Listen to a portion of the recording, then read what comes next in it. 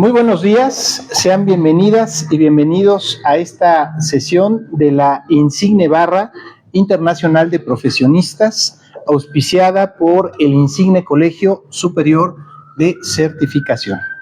Les saluda, como siempre, Edgar Rodríguez en mi calidad de rector del Insigne Colegio, así como presidente de esta Insigne Barra Internacional de Profesionistas.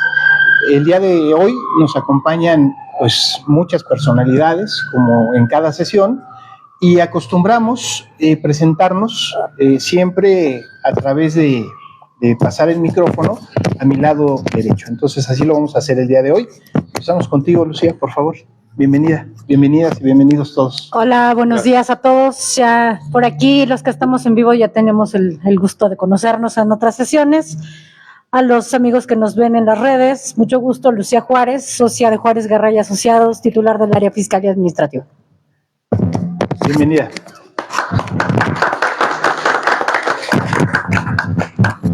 Gracias, muchas gracias por la invitación, mi querido Edgar. Buenos días a todos, gracias por permitirme compartir con ustedes los alimentos y tener la oportunidad de escuchar tan importante ponencia con tan distinguido invitado. Mi nombre es Víctor Miguel Guerra, socio de Juárez Guerra y Asociados, servidor público. También conocí a Edgar hace algunos años, hace ya 13, 15 años, en Procuraduría General de la República, y pues tengo experiencia en Procuración de Justicia, Fuero Común, Fuero Federal, Derecho Migratorio y Derecho Fiscal. Soy titular de las áreas penal y de amparo ahí en el despacho. Juárez Guerra y Asociados. Mucho gusto, muchas gracias por la invitación. Bienvenido, Víctor.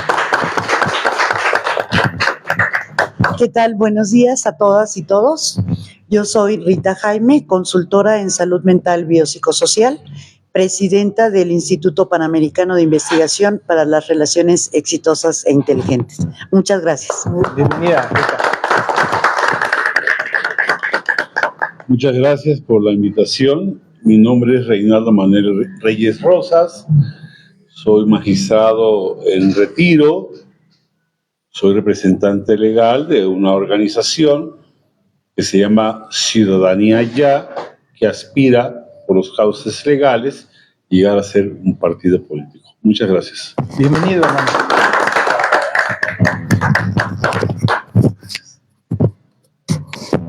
Buenos días, yo soy Berta Ceferino Ramírez, psicóloga clínica, y me da mucho gusto estar acá. Muchas gracias por la invitación. Gracias, Berta. Buenos días, servidora Patricia Malagón, pedagoga de profesión, aunque ahora estoy cargada del lado de las finanzas. Trabajo y pertenezco para Grupo Financiero en Bursa. Servidora y amiga. Bienvenida. Buenos días, mi nombre es Jorge Soto, gracias por la invitación, es un honor estar con tan distinguidas personas. Actualmente asesor financiero en Inbursa, de profesión licenciado en Historia, quedo a sus órdenes. Gracias. Bienvenido, hermano.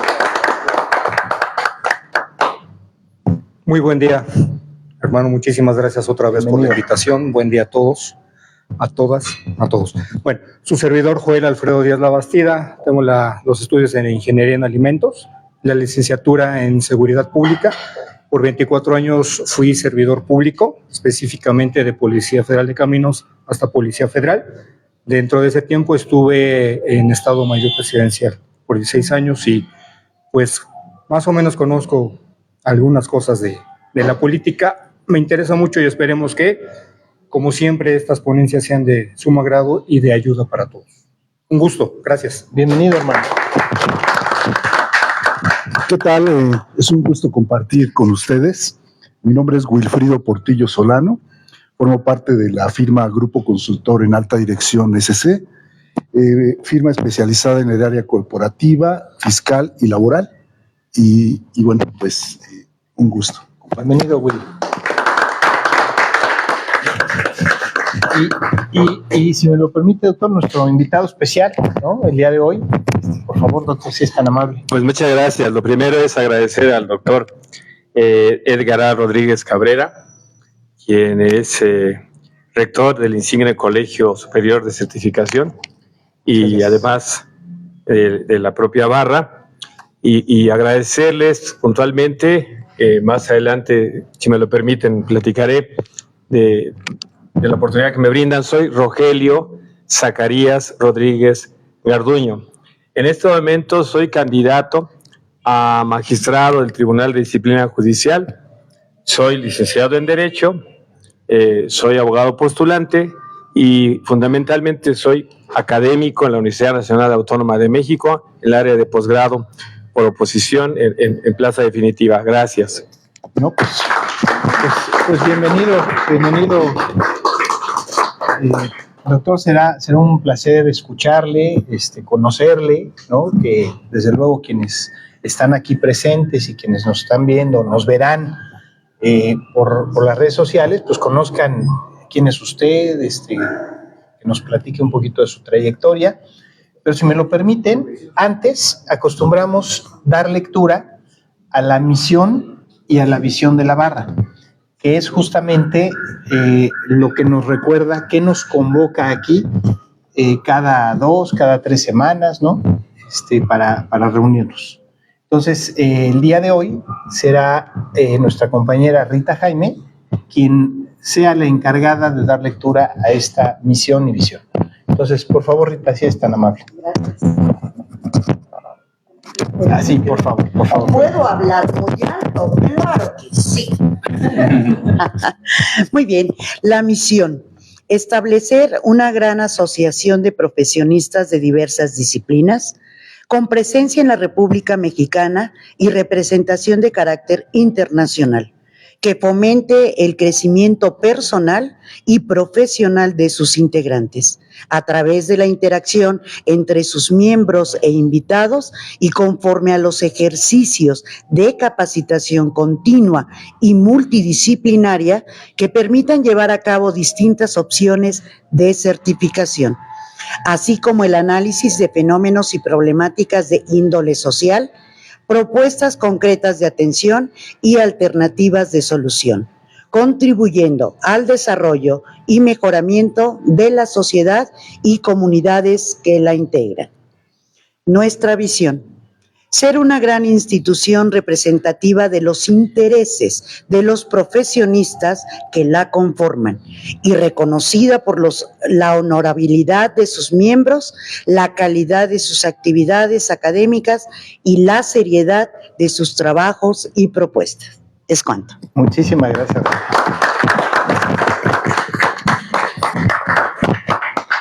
Bueno, esa es la misión, y la visión es justamente lo que nos convoca.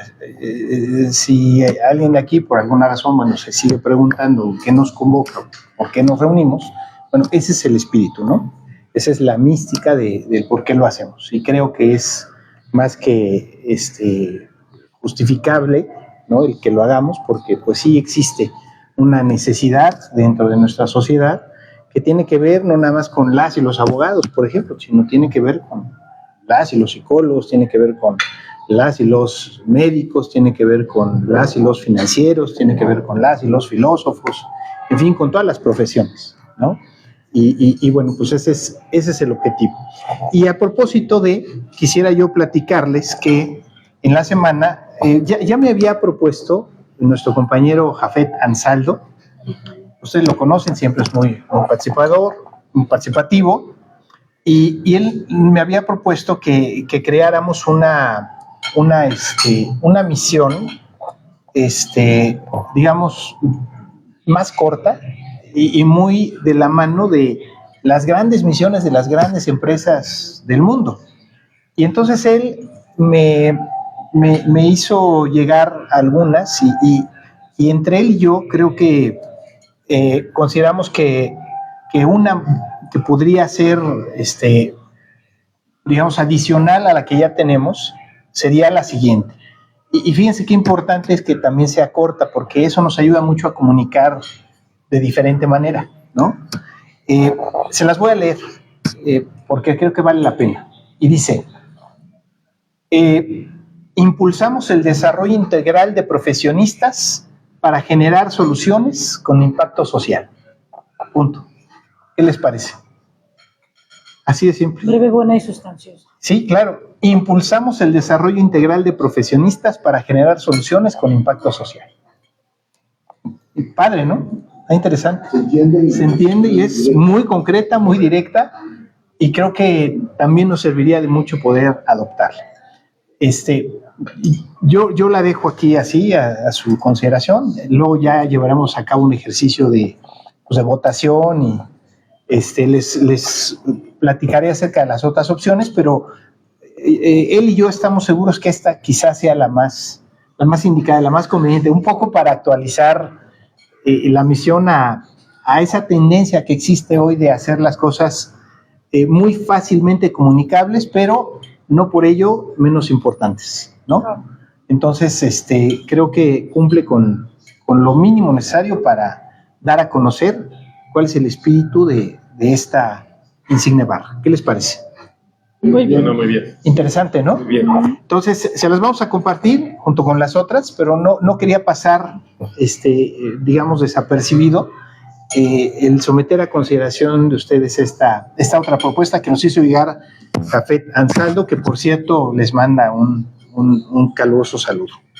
No pudo estar aquí el día de hoy con nosotros, pero bueno, nos hace llegar esta propuesta. Y ahora sí, no, al contrario, gracias a ustedes. Y ahora sí, sin mayor preámbulo, quisiera pedirle a nuestro invitado que nos empiece a platicar un poco de quién es, cómo llegó a ser lo que hoy es, de dónde nace este interés por ser hoy candidato a este cargo tan importante. Digo, lo son todos los cargos que están en juego, tanto los de la Ciudad de México y algunas entidades federativas como los cargos federales, pero en particular que tiene que ver con el Tribunal de Disciplina Judicial del Poder Judicial Federal es extraordinariamente importante. ¿Por qué? Porque va a ser, digamos, el equivalente a lo que hoy es el Consejo de la Judicatura Federal, ¿no? Y que evidentemente, hoy es el órgano que vigila, que supervisa el actuar de los integrantes de este Poder Judicial, y que luego de las elecciones, estará a cargo de justamente este Tribunal de Disciplina Judicial. Entonces, que nos platique justamente, por qué esa necesidad, ¿no? Ese interés de pertenecer a esta circunstancia y sobre todo, quién es su trayectoria. Es un verdadero gusto tenerlo aquí con nosotros, doctor. Sea usted gracias. Bienvenido. Muchas gracias. Si me pedís su micrófono, doctor. Sí, claro, por favor. Doctor, lo primero es volverle a agradecer a usted y sobre todo a quienes hoy nos acompañan presencialmente y a través de la transmisión. Y decir las cosas más sencillas. Yo soy Rogelio Zacarías Rodríguez Garduño. Nací el 5 de noviembre de 1961, de ahí que Zacarías es el día 5. Santa Isabel y San Zacarías. Y yo no sabía que me llamaba Zacarías hasta la edad de los 11 años. Ahorita les platico brevemente. Fue muy difícil con los niños que llaman bullying, fue muy difícil. Pero ahora mucha gente me conoce mucho más por ser Rogelio Zacarías, o a veces por el doctor Zacarías, me dicen los alumnos. Nací en la colonia Nápoles, aquí en la Ciudad de México. Soy hijo de un padre michoacano finado y una madre de Temascalcingo, en el Estado de México, colindante Querétaro por un lado, Michoacán por el otro lado, adelante de Atlacomulco, a unos 40 minutos de Atlacomulco. Y mi niñez fue una niñez dada entre muchos hermanos. Fuimos 9 hermanos, 8 hombres y una mujer, y fue una niñez bonita, en otro tiempo, en otras circunstancias, con extraordinarios maestros. Como añoro a los maestros de entonces, de las primarias, esas gentes que nos formaron y nos inspiraban con su extraordinaria capacidad de todo. Yo recuerdo a mis maestras, sabían jugar voleibol, básquetbol, hacían matemáticas, con unas reglas de madera, hacían operaciones en el pizarrón, etc. Y a mí me nace el gusto por el estudio, que déjenme decirles, sin que suene peyorativo, pues yo creo que desde que tengo uso de la razón soy muy inquieto. Entonces quería descubrir casi todo, andaba por ahí husmeando casi todo. Y por ahí de la primaria, entré a los 5 años a estudiar, por ahí a unos cuantos, digamos, tiempos me encontré, pues seguramente sería un basurero, me encontré un portafolios de color verde. Lo limpié, a hurtadillas, y era mi juguete. Y mis papás me toleraron, no es que me hayan querido regañar, se dieron cuenta. Y yo jugaba a ser el licenciado. Pero yo me inspiraba en esa situación que era muy difícil el acceso a la televisión entonces, pues en esas películas de esos grandes abogados, con aquellos trajes, defendiendo en los estrados, que no existían, por cierto. Digamos, un sistema escrito, pero las películas nos ponían aquellos debates extraordinarios, ¿no? Y a mí me enamoró la idea de ser abogado, y no perdí el rumbo, así que continué mis estudios, interrumpí mis estudios de primaria por razones económicas, y quiero decirles con mucho orgullo, y no toco fibras con el ánimo de los votos, no, me siento a gusto y quiero compartirles lo siguiente. Pues me puse a trabajar 3 años, entre los 11 y los 14 años, en todo lo que se podía trabajar, para no estar de oquis y para no convertirme pues en un vago, etcétera, etcétera. Y entonces pues yo no desconozco el trabajo pues de ayudante carpintero, de ayudante de albañil, de ninguno. No solo no les conozco, sino me formaron. Nunca renegaré de aquello. Al contrario, me siento muy orgulloso. Acaba de pasar el Día de la Santa Cruz y para mí hagan de cuenta que lo vuelvo a celebrar. Porque hasta los 14 años yo era albañil. Y mire que incluso aprendí, que qué bonito es aprender esas profesiones y entenderlas. Estudié en la secundaria, tardío, como les digo, y entré a la Nacional Preparatoria 7, Calzada de la Viga. Salud, ahí cerca de los pescados que ya no están, pasando el mercado de Sonora. Allí transcurrió mi preparatoria. Y después me fui a la Universidad Nacional Autónoma de México a concretar aquello que desde los 6 años había pues marcado, licenciado en Derecho. Y lo estudié con la verdad, con una facilidad enorme, no por dotes excelentes, sino me resultaba divertido, déjenme decirles. Había una parte dual entre divertido y entre cada cosa que me enseñaban, yo sentía que tenía una nueva arma.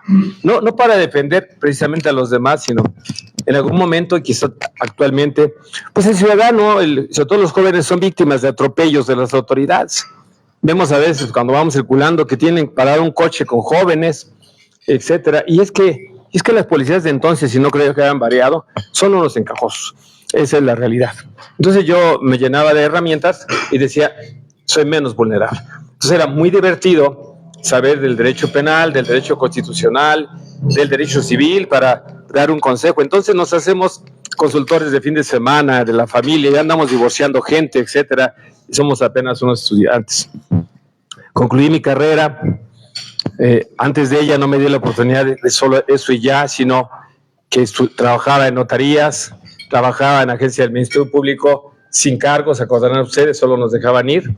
Meritorio sería decirlo muy decentemente, nos tenían ahí ayudando a todo en las agencias de los ministerios públicos, pero nosotros teníamos hambre de saber, de aprender y por qué no decirlo, de ganarnos por ahí algún peso que nos regalaban así de propia mano a veces a quienes íbamos a ayudar.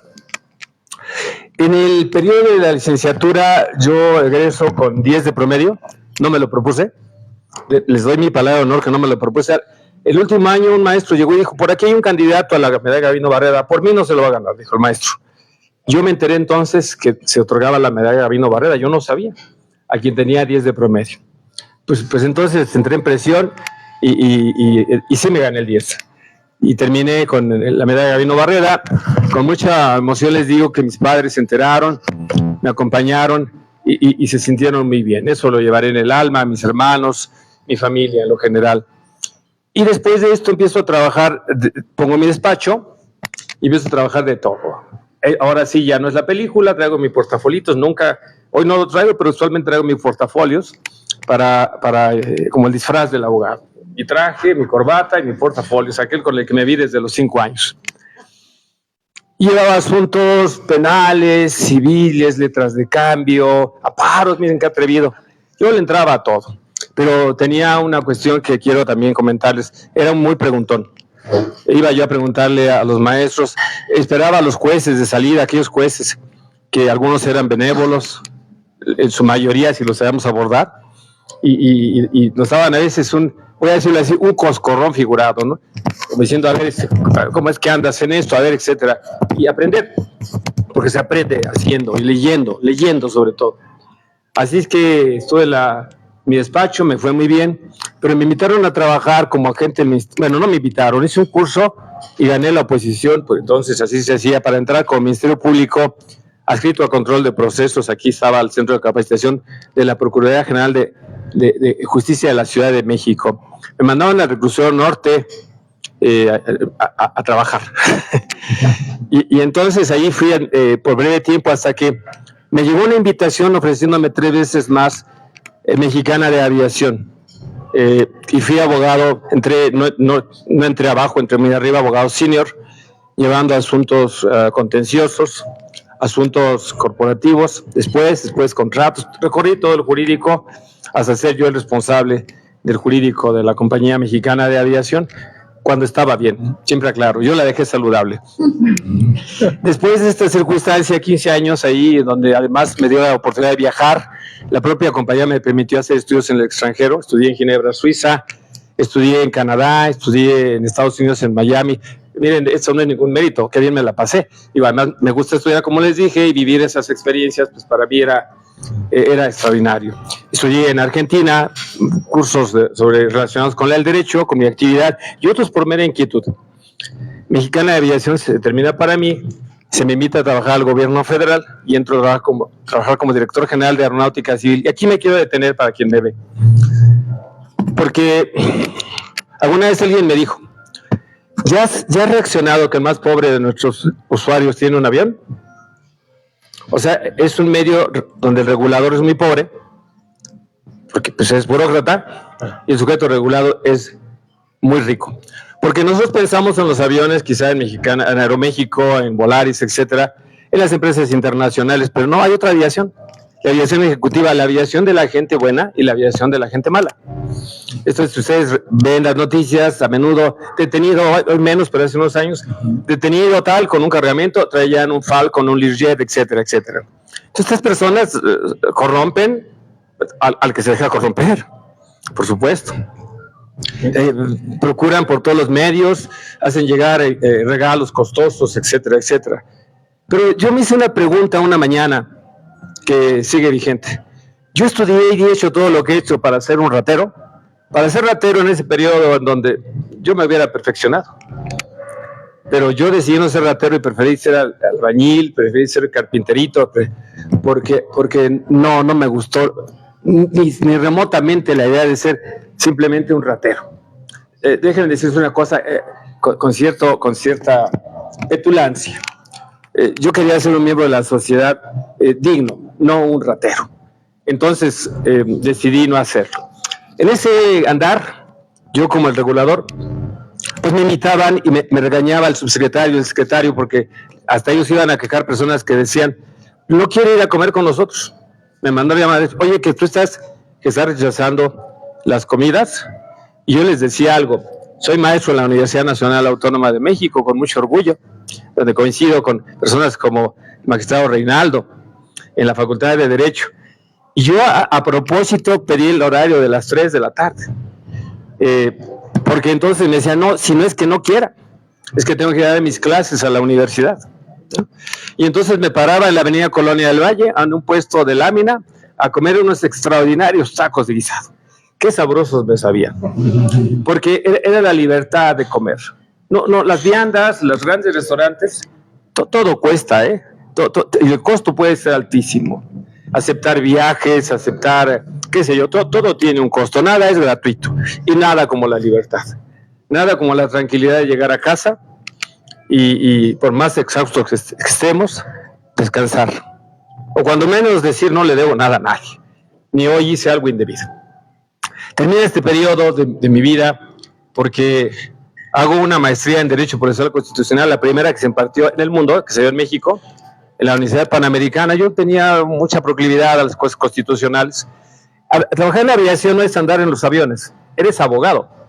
Eres abogado, si bien de asuntos penales, laborales, contratos corporativos. En realidad, es como alguien que trabaja en la industria de lácteos. Pues él no hace, y es jurídico, él no hace la leche. Vamos, la leche además la hacen las vacas. Bueno, la buena leche, o la auténtica leche. En realidad hacemos una práctica jurídica en cualquier ramo que nos encontremos. Y entonces voy a hacer esa maestría, y ahí me encuentro, fue una especie de programa piloto con secretarios de la Corte, que eran mis compañeros, muchos de ellos muy distinguidos, otros quién sabe, magistrados, muchos estaban tomando esa maestría. Había 5 magistrados en mi grupo, 4 jueces, por mencionar uno que es muy famoso y lo digo para bien, entonces el juez Olvera, fue mi compañero, pero muchos. Y realmente los que veníamos de fuera éramos 3. De los estudiantes de esa generación, con un claustro extraordinario, no agravio a nadie, claustro extraordinario de profesores, o sea, Fix Zamudio, Rodolfo Luis Vigo, nos trajeron todavía en sus últimas, Luis Ferrayol, etcétera, etcétera, etcétera. Se le invirtió dinero a eso porque se estaba pretendiendo potencializar el nivel del jurista mexicano, y qué pena, y no tengo, yo soy egresado a la OPE, que las universidades públicas se quedaron un poco atrás en aquellos años, ¿no? En aquellos años las escuelas públicas seguían un poco rezagadas en el sentido de la educación tradicional. Bueno, esa maestría cambia mi vida, porque digo, a ver, estudiarla, yo veo amparos por mi trabajo, pero yo quiero dedicarme a este tema. Entonces quemo mis aeronaves, no mis embarcaciones, para irme a trabajar al Consejo de la Judicatura Federal ganando mucho menos. Yo tenía una oficina extraordinaria donde podía patinar, secretarios particulares, etcétera. Renuncio a todo aquello para irme al Consejo de la Judicatura Federal como secretario de Apoyo B. El señor magistrado, al que me estaré refiriendo a mucho, porque él conoce el Poder Judicial, al igual que el doctor, pues el secretario de Apoyo B es un puesto muy honroso. Y, sin embargo, arriba hay secretarios técnicos, etcétera, en aquel tiempo. Pero conocí a una persona extraordinaria, don Miguel Quirós Pérez, Miguel A. Quirós Pérez. De las personas más finas y decentes que había conocido en mi vida. Se decía que iba a ser ministro. Y entonces un buen día me llamó y me dijo, usted es secretario de Apoyo, pero usted va a dar cuenta como que es secretario. En 4 meses yo estaba proyectando, pero eran noches de tormento para imponerme del lenguaje judicial, porque el Consejo de la Judicatura Federal se mimetizó con muchas instancias a la redacción judicial. No sé si eso esté bien o mal, pero así es. Entonces, estaba el área de disciplina y nos tocaba proyectar un tema de responsabilidad, etcétera, y para mí era emocionante, francamente emocionante. Y conocí las fortalezas, no solo en los 3 meses, duré con el consejero, me hizo favor de ser mi secretario técnico, después yo era su coordinador de ponencia en solo 1 año, era su hombre de confianza. Yo no le conocía, a mí me habían recomendado con él. Y vi casos donde francamente se cometían injusticias y por mi mesa no pasaron. Y el consejero nunca me dijo, cámbiala. Y también vi cuestiones donde debía haberse sancionado al juez. Y con aquel recurso que la Corte podía conocer, se decía no, porque, aunque tiene razón, recuerdo una vez un criterio, el error grave entrañaría la ineptitud. Y el criterio de la Corte para dejar sin efecto la decisión del Consejo fue: una persona inepta en su raíz lingüística, en oposición, es una persona que no es apta. Entonces tú no puedes decir que por una decisión mala, crasa, esa persona es inepta, porque antes dictó 100 sentencias y nadie vino a decir nada. Y entonces el criterio fue: la ineptitud tiene que ser reiterada en una vía aritmética. Por supuesto que no estuve de acuerdo. Déjenme les platico brevemente. Estábamos en el antiguo sistema penal. Era un juez, ¿se acuerdan ustedes? Que se consignaba y se mandaba al juez la consignación, y había un término de 72 horas, donde el juez podía dictar los famosos 4 autos. Bueno, esas personas allá en Sonora habían sido detenidas en un bodegón con toneladas de droga y armamento. Y entonces el argumento de su defensa y del juez fue que habían presentado un recibo de la luz donde la persona detenida no vivía ahí, Era todo. En realidad, ustedes dirán, está exagerando, no, era todo. Bueno, está bien. Entonces el juez dictó el auto de libertad por falta de elementos para procesar, porque él pasaba accidentalmente. Pero es que 4 meses atrás había sucedido lo mismo. Y entonces yo hice mi proyecto y se le destituyó al señor juez, pero la corte echó para atrás. Entonces, déjenme decirles que el Consejo de la Judicatura Federal se veía limitado a un entorno político, a veces, y a veces jugaba en la parte política, dentro de sus grandes aciertos. Me voy del Consejo de la Judicatura Federal porque me ofrecen irme como director general a una paraestatal, ustedes se imaginarán. Me piden ir a hacerlo, lo hago, pero el Consejo y el Poder Judicial ya me había atrapado. Así es que a la primera provocación regresé, pero ahora me ofrecieron ser el director general de Asuntos Jurídicos del Consejo de la Judicatura Federal y a darme vuelo, acordar con don Juan Silva Mesa, que fue un extraordinario ministro, a reserva de que cada quien tenga su punto de vista, y a revolucionar incluso criterios donde yo le propuse al señor ministro, por supuesto que quienes siguen son los jueces, pero era al tiempo el presidente de la Corte y el Consejo, que el amparo sí debía proceder excepcionalmente contra actos del Consejo. Recuerdo que él me recibió, platicábamos y le dije, mire, es que los actos jurisdiccionales no, pero por ejemplo cuando el Consejo se vincula con terceros, más allá de su función, sí. Y tuve el honor de ser el que sacó los 2 primeros criterios que después los jueces, no es que nosotros hayamos impuestos, sometimos a consideración y afortunadamente hubo, digamos, sensibilidad para todo aquello. Después de ahí me invitaron a ser el titular de la política de evaluación, que no me pregunten qué es eso, era ayudarle al ministro, pero con más nivel, para cerrar entonces digamos, su mandato. Me tuvo mucha confianza, le ayudé en todo, prácticamente era ayudante de todo en esa situación, conocí las entrañas del Consejo de la Judicatura Federal. Teníamos desde entonces la inquietud de cómo hacemos llegar a las juezas y jueces. Recordar que la Constitución y la Ley Orgánica del Poder Judicial deja claro, todavía antes de entrar en vigor plena de la reforma, que sería por concursos de oposición. Y esos concursos de oposición tenían varias etapas. Lo que la Constitución y la ley nos daba en mi consideración claramente, y eso es un tema a polemizar quizá, es que hablaba de concursos abiertos y los concursos para los miembros de la carrera judicial. Hasta 2008 se acabaron los concursos abiertos per se. Todos se convirtieron en internos y yo creo que ahí se empezó a descomponer alguna cuestión. La estadística decía que hasta 2008 cualquier persona que tuviera los atributos, un académico, un juez de los tribunales superiores de justicia de los estados, una investigadora, un investigador, si tenía los méritos, podía ir a concursar en un examen que era general para todas y todos y complejo, era un examen de distintos rubros. El tema es que lo ganaban más los de fuera, o no había como que la certeza de que se ganara dentro. Entonces, de un plumazo se desaplicó el criterio legal y se empezaron a hacer internos. Y entonces ahí viene un periodo donde los exámenes son por los acuerdos generales, y los acuerdos generales a veces parecían camisas a modo. Hubo extraordinarios juezas y jueces, la mayoría, la gran mayoría, que ganaron legítimamente su concurso, que además no era nada más esa fase, tenía otra fase y tenía una tercera fase que siempre se discutió. O sea, no cualquiera podía llegar ahí, pero otros no llegaban, porque por ejemplo se consideraban criterios de puntaje secretarios, en su gran mayoría con 96 de 100 y no se quedaban. Y en 4 veces yo conozco casos de personas que con 94, 95 y 96 no se quedaron. Después vinieron los temas paritarios con los que comulgo absolutamente, y no lo digo porque esté una cámara ante mí, pero creo que fuimos a los extremos. Por ejemplo, en el tema de la justicia laboral con la reforma, se hicieron concursos exclusivos para mujeres, hicieron mixtos. Varones que sacaron 97 no se quedaron y mujeres con 68 se quedaron. Yo creo que las mujeres sí deben participar, pero creo que debe haber una cuota más del género.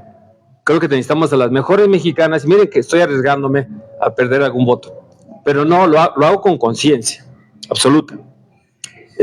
No podemos crear una sociedad excluyente y no podemos no reconocer a nuestras mejores mujeres y a nuestros mejores hombres.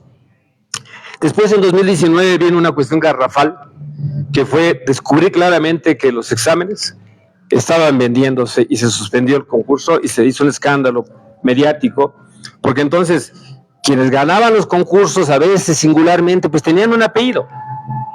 Y empezó el tema, se empezó a hablar del nepotismo, empezó a tomar fuerza, y después el tema es el Consejo de la Judicatura no está haciendo su función y el Poder Judicial, etcétera.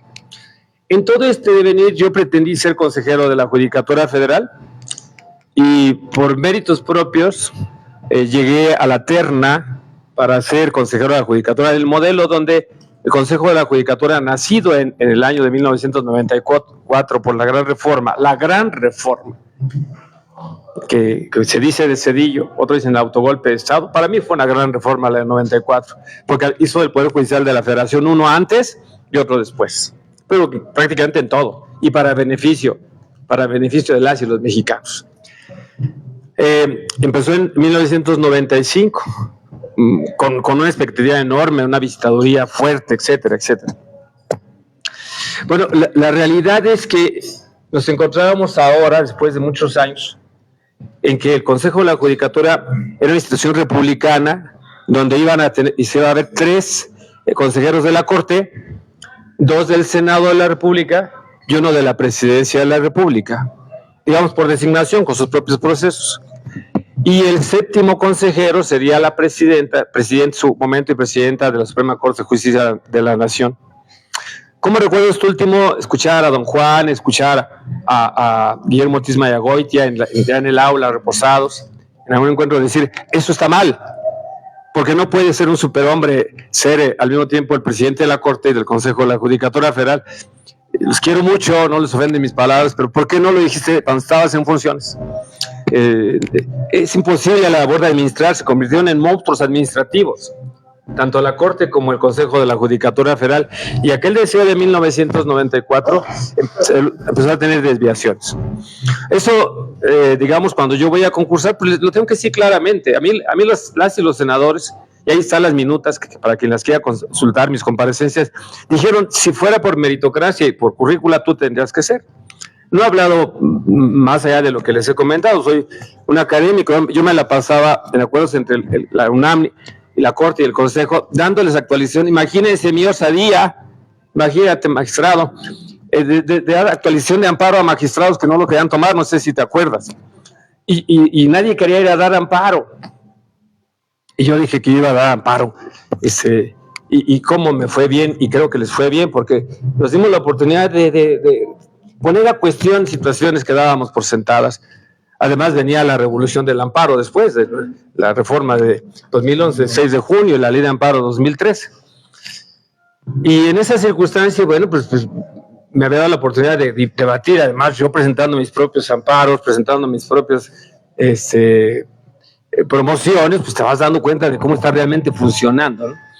Recuerdo el famoso amparo para efectos, Dios mío, qué horror. Llegabas y decías, ya gané. Te vas un expediente así, te decían en el despacho, ¿cómo quedó? Gané el amparo. Y te decían para efectos. Y tú dices, ahí se concede la justicia federal ampara y protege, y tú querías pegar un brinco en el cielo, en términos del considerando tercero. Y ibas a ver considerando tercero, y era para efectos de volver a iniciar. Por las cuestiones verdaderamente más absurdas. Reenvíos que duraban años en los juicios primigenios, etcétera, tanto locales como federales. Y bueno, en mi experiencia tuve claro y tengo claro que el Poder Judicial de la Federación, con sus grandes aciertos, creo que fue por inercia entrando en una espiral que es el reto que me confronta. Demasiados formalismos, más en la justicia cotidiana, mucho más. Prevenciones casi cuando promovemos, pero ¿cómo me previenes? A veces yo presento una demanda en un tribunal y otra en su gemelo o en la misma, y una entra directita y otra me la previenen. Y las prevenciones se pierde el expediente, etcétera, y luego de que la desahogo, otra prevención a la prevención, y luego no me la admiten, amparo para que me la admitan. Entonces se va haciendo una acumulación de trabajo, etcétera. Saturación, sí. Pues sí, hay saturación porque no hacemos nuestra chamba, no hacen su chamba. Ya están mandándoles a los jueces de distrito, porque todo lo va a resolver el juez de distrito. El juez de distrito se ve la necesidad, o el colegiado, se ven en la necesidad a veces de decir, dar su trabajo del otro lado. Bueno, en esta tesitura es que se viene la reforma constitucional. Reforma constitucional que dejo claro, porque además ahí están mis participaciones. Para quien me haga favor de poder revisarme, hoy estamos dentro de lo criticable de este proceso. Nunca en la historia de este país, miren que lo estoy sintiendo, por eso se los digo, nunca en la historia de este país habíamos estado en una vitrina tan pública. Yo sin problema, pero cuando habíamos nosotros tenido, hablando de ministros, en un periodo de 3-4 meses a los ministros en una vitrina. O sea, cuando habíamos tenido, no estoy haciendo apología de la reforma, que miren que este es un tema, pero sí hay cuestiones que no habíamos experimentado, y esta es una que solo quienes la estamos viviendo nos estamos dando cuenta. Cuando nombraron a Loretta Ortiz Alp, que la nombraron por una decisión, no se diga Lenia Batres, pues una decisión del presidente. ¿De dónde venía? Pues de donde viniera. Ahora, ciertamente esperábamos que cuando menos la gente sepa que ganen o pierdan, o ganemos o perdamos, quiénes somos y qué facturas tenemos por ahí que quizás no nos permitan ejercer, porque no es solo brincar el proceso. Entonces viene este proceso de reforma constitucional del cual yo claramente me opuse, y he dicho que si hoy se revirtiera, digan dónde firmo para renunciar a mi candidatura, porque es una reforma, por llamarlo decentemente, inacabada. No podemos nosotros decir que vamos a la urna. Confío en lo que piensan algunos, y yo me sumo a esto, que esto quizás sea una reforma transicional que haga ver los defectos y nos regrese a algo más moderado. Eso incluso lo dijo la presidenta Sheinbaum al principio de su gobierno, ojalá no lo olvide. La implementación de esta reforma, ir a la elección y politizarla al grado que la tenemos politizada es complejo. Pero ahora, si me lo permiten, yo ¿por qué? Diría yo, ¿por qué estoy compitiendo en esta circunstancia? Bueno, estoy compitiendo porque conozco bien al Poder Judicial de la Federación, no tanto en los órganos jurisdiccionales, del lado de los órganos, sí como postulante, sí en el Consejo de la Judicatura Federal, que muta, de buena manera muta, pero la mutación es singular. Ahorita, si me permiten, y además les pediré después de este speech que me hagan favor de retroalimentar o cuestionar o contradecir, porque pues, a mí, francamente, eso me ayuda. Además, a veces lo que termina haciendo es que yo me sumo a ustedes a mí.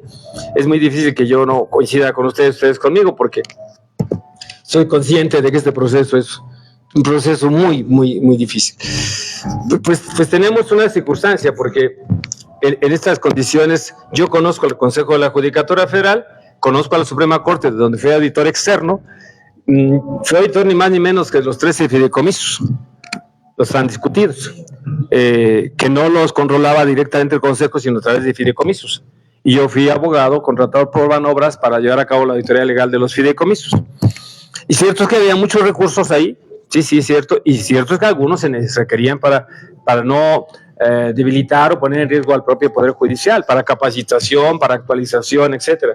Pero otros no, otros estaban congelados y a veces servían para que la Corte de facto controlara a los tribunales superiores de justicia de los estados, porque si el que tiene dinero es la Corte y los tribunales adolecen dinero, pues hay que venir a gestionar, porque los fondos era para apoyar a la impartición y administración de la justicia y procuración incluso, pero los dineros los tenía la Corte de algunos de los 13 fideicomisos, porque eran diversos los fideicomisos. Entonces se habló de quitarle fuerza a estos fideicomisos internamente. Yo quiero invitar por ahí, para quien quiera hacerlo, la Corte ya se había autocriticado. Esos son los libros blancos de la Corte. La Corte ya había hecho un diagnóstico del Poder Judicial. Yo creo que si hubiéramos seguido los libros blancos de don Guillermo Ortiz y los demás, me parece que estaremos en otra circunstancia. Pero bueno, conozco el Consejo de la Judicatura Federal. Déjenme decirles lo que yo cambiaría. ¿Cuál es la función de este tribunal? Este tribunal de disciplina judicial no es estrictamente hablando un sustituto al Consejo, porque en realidad el Consejo tenía a su cargo la administración, vigilancia y disciplina del Poder Judicial, con excepción de la Suprema Corte de Justicia de la Nación. Así decía el artículo 94. En los hechos, el artículo 99 decía que tampoco el Tribunal Electoral del Poder Judicial de la Federación estaría realmente bajo la administración, disciplina y vigilancia y disciplina del Consejo, sino tenían una comisión donde el magistrado presidente y un magistrado de la Sala Superior integraban y aprobaban el presupuesto.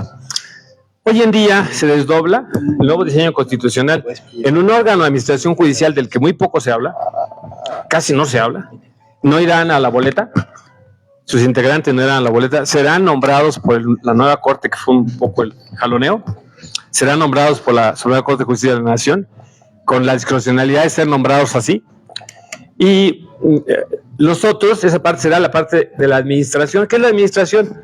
Pues proveer recursos humanos y materiales. Entonces, seguirá nombrando ese órgano de administración al personal judicial y administrativo del Poder Judicial de la Federación, con una gran variante. La Corte antes lo hacía en sí mismo, ahora ese órgano va a darle recursos humanos a la Corte, a la parte administrativa del propio órgano, del Tribunal de Disciplina Judicial y a los órganos jurisdiccionales. Esto es, un actuario o un oficial judicial o un secretario será nombrado por ese órgano de administración judicial bajo los concursos de oposición. La carrera judicial se mantiene hasta el nivel de secretario, ya no al nivel de juez. El 10º transitorio de la reforma dice que además no podrán ser disminuidos en sus labores o prestaciones, que quedan garantizadas. Por eso es que yo no veo un trastorno inmediato después de la elección, porque los juzgados, los tribunales funcionan por los secretarios, por los actuarios, por el personal que realmente prepara el expediente. Y los jueces electos serán en 3 posibilidades. O grandes firmones, que firmen todo, por ignorancia y por carácter pragmático, les he llamado yo los firmones, y serán gente muy astuta, que haga que no pase nada, cuando en realidad los estarán preparando, porque lo saben hacer son las y los secretarios, las y los actuarios, los oficiales judiciales, etc. La otra posibilidad es que lleguen a querer demostrar que saben sin saber y echar a perder todo. Y entonces hagan un caos entre secretarias y secretarios, etc. La tercera posibilidad deseable y donde yo creo que debo trabajar es que aporten y aprendan. O sea, que lleguen a aprender y aportar, a refrescar algunas ideas, pero que reconozcan que tienen que capacitarse profundamente en algo que no es nada fácil, la redacción y el manejo judicial. Y además la cuestión mayor, que no es técnica, impartir justicia. O sea, finalmente la decisión judicial no es un buen expediente, es impartir o no justicia. Y para eso este Tribunal de Disciplina Judicial tiene entre sus funciones constitucionales el de que en el primer año, lo voy a decir claro, como esto viene de un proceso democrático inédito, quien gane es posible que no sepa. Quiero dar un dato, el riesgo es menor porque quienes están inscritos al proceso, en más de un 70 y algo % son gente del propio Poder Judicial. O sea, gente que optó, dadas las reglas, para ir a la boleta cuando ya era magistrado o juez, o jueces que quieren ser magistrados, o secretarias y secretarios que quieren ser jueces o magistrados. Casi llega al 80%. Entonces significa que quienes ganen el porcentaje cuando menos, sean personas que sí saben de lo que hablan. Cierto es que pueden haber sido muy buenos secretarios, pero hay otra cuestión. ¿Qué liderazgo tienes? ¿Qué capacidad tienes de incidir en una oficina donde ahora tú eres el magistrado o el juez? Y tienes no solo que saber técnicamente, sino saber organizar ese juzgado, ese tribunal, y poder producir ese tribunal productos que sirvan al justiciable. Entonces ese tribunal tiene como fin que en el primer año, y así lo voy a decir en las palabras que considero son más entendibles, no porque el que me escuchen no sea muy inteligente, sino el primer año hay que vigilar. La labor de la vigilancia es la función. Y hay que ir a saber si efectivamente están haciendo su trabajo, si lo están haciendo en el término. Hay 2 reformas ahí que son la del artículo 17. Aquí veo, y nos siguen muchas personas que dejan la materia fiscal. El artículo 17 y el artículo 20. El 17 de la materia fiscal dice que no más de 6 meses debe resolverse un expediente de naturaleza fiscal. Y el artículo 20 dice que los juicios del orden penal no pueden pasar también de 6 meses, pues por estos históricos fallos que tenemos de la Corte Interamericana, donde tenemos personas en prisión preventiva oficiosa o justificada con 17 años o 20, sin que ni siquiera se les haya llevado proceso. Bueno, la labor de este tribunal será, por un lado, la parte subjetiva, el saber, las habilidades, y luego la parte de si estás haciendo tu trabajo.